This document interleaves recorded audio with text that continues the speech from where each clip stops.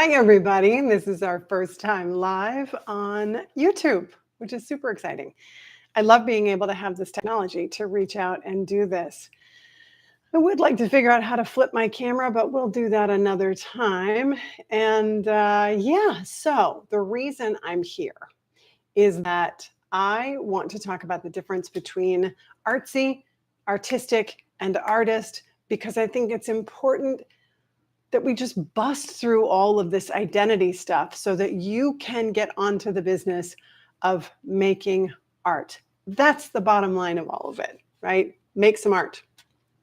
I was stuck in this identity of I'm not an artist, right? Which is kind of silly, but I was stuck in that identity for a really long time. And as a result, I'd play around with some art, but I thought you had to be like a naturally talented, gifted artist in order to qualify to create art.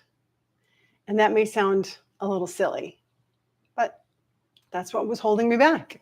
I was a dancer. You all were the artists, whoever you are, that were calling yourselves that. And so what I found out when I dove into making art a couple years ago as a mental health move was that it doesn't matter if I see myself as an artist. Making art is the point. And I am artsy. What I mean by that is I think I'm an artsy individual. I enjoy music and dance and visual art and photography and creative pursuits in that way. I believe I'm artistic in wanting to create from an artsy place. And as far as being an artist, I don't even know what that means, except artsy individuals who are artistic in nature maybe are making art.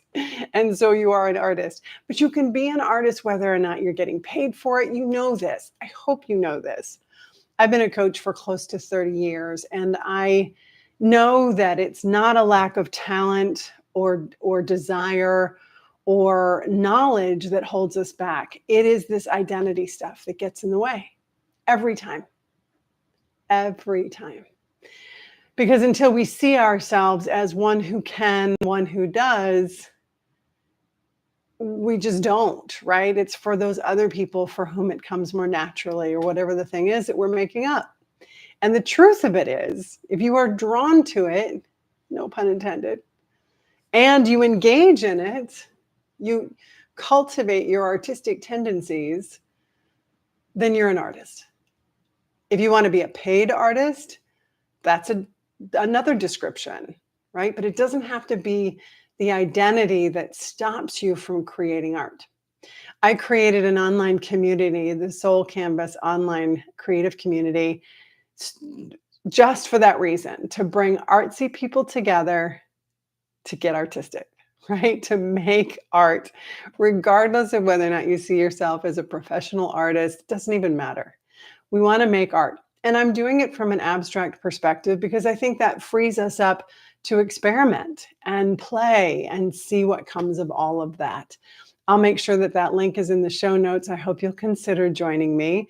There will be live paint-alongs, where we're in the studio together on Zoom. There will be lots of videos in there to inspire you to have an ongoing abstract art practice, whether it's in a journal or on canvas, whatever you want to make of that. And then lots of techniques and strategies for showing up, being artistic, and really delighting in that process. So I hope this was helpful for you. I'm super excited about having all the technology together to come and play on YouTube with you now. And I will see you again soon. Thanks, everybody.